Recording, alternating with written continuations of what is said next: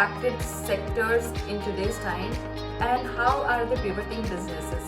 This point. That's a very good question, Devlin. And in fact, this is something which I've been interested in, sort of watching and sort of observing, right? So, when it comes to our nation, and not just the nation, probably the world, right? The two largest sources of government revenue are alcohol and tourism, right? And really, tourism makes a lot of our budget stick, right? So I think the one sector which has got impacted the most is really the tourism sector, right?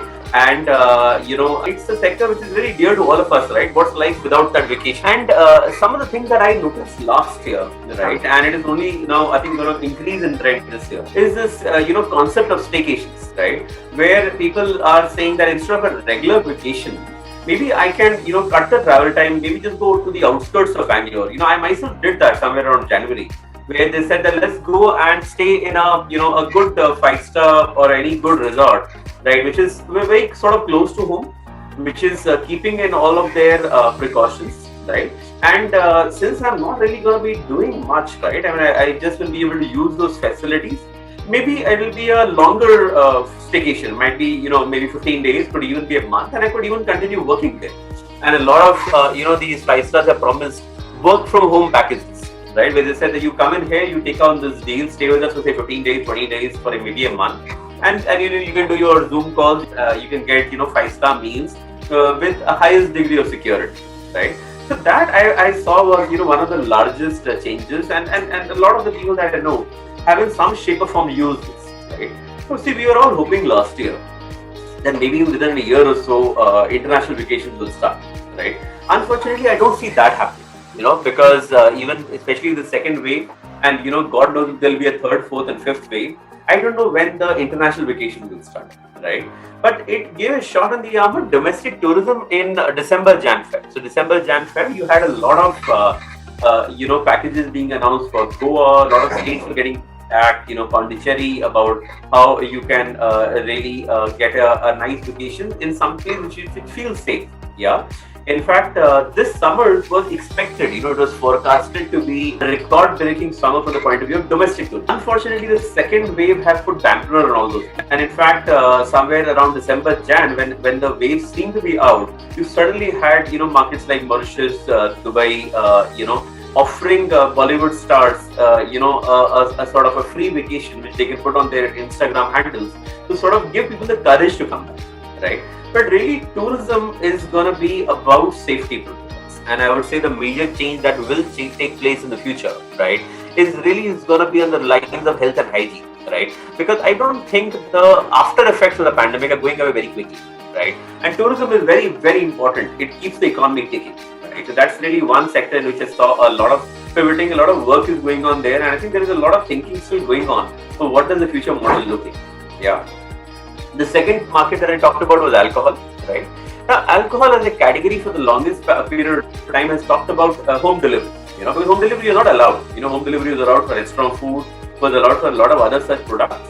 And if you ask me, having worked in Diageo for a couple of years, I don't understand why should home delivery for alcohol not be allowed? Because the reason why you control alcohol is because of the antisocial elements or the fact that it could fuel something which is unlawful, right? But if somebody is going to be sitting at home and wanting to enjoy his drink, it's unlikely that he has got any malicious intent in mind. And for me, this in-home delivery of alcohol is a no-brainer, and it is something that should become mainstream sooner rather than later. And I think it will take some time, but I would say that it should be a matter of time. Now, the third sector which got impacted quite massively was really the gyms. And it's a very weird situation for them because last 3 or 4 years you've seen such a large growth across the world about healthy living habits. New age entrepreneurship like Cult Fit, gold gyms have actually been the largest. They've been the darlings of the stock market, right? And when you had gyms getting impacted because people can't go out of home, and finally, if you go to a gym, you're gonna break a sweat. Yeah, and that makes it unsafe for the next person, right? But I saw a lot of very, very innovative pivoting by, say, even Cult Fit, which led the charge by getting in celebrity into the action, saying that, you can now have a fitness camp with Hrithik Roshan probably leading it through the screen of your laptop, right? And hence really, embracing the digital fitness model and providing value adds like live classes with celebrities or their top coaches. I I think is something that the fitness industry is trying to do really well. The fourth market which got impacted really the shadi market, because the shadi market is just a very very large market in our country, right? It's when people save up for decades and really they spend it all then, right? But even before we come to shadi, how are you going to enable shadis to happen in a country which is still so heavily dependent on arranged marriage? And that's when you had shadi.com saying that what Zoom call can be turned into a shadi meet, right? And they blasted it across the airwaves, and this entire shadi meet as a phenomenon got so much attraction on TV media, which I found personally very interesting, right? So that was again a large pivoting from another large category.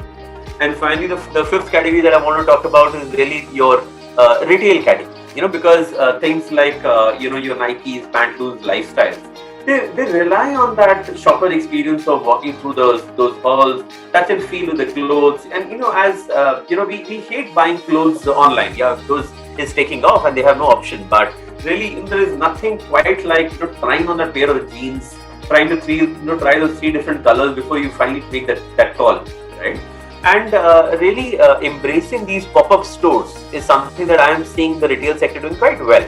And today, I'm sure everybody from a Levi's to a Nike to a retail to a Pantaloon or a lifestyle has got some plan or the other to have pop-up stores inside societies of companies, so that they can allow people to do the touch experience, but in the safety of the society rather than try to take them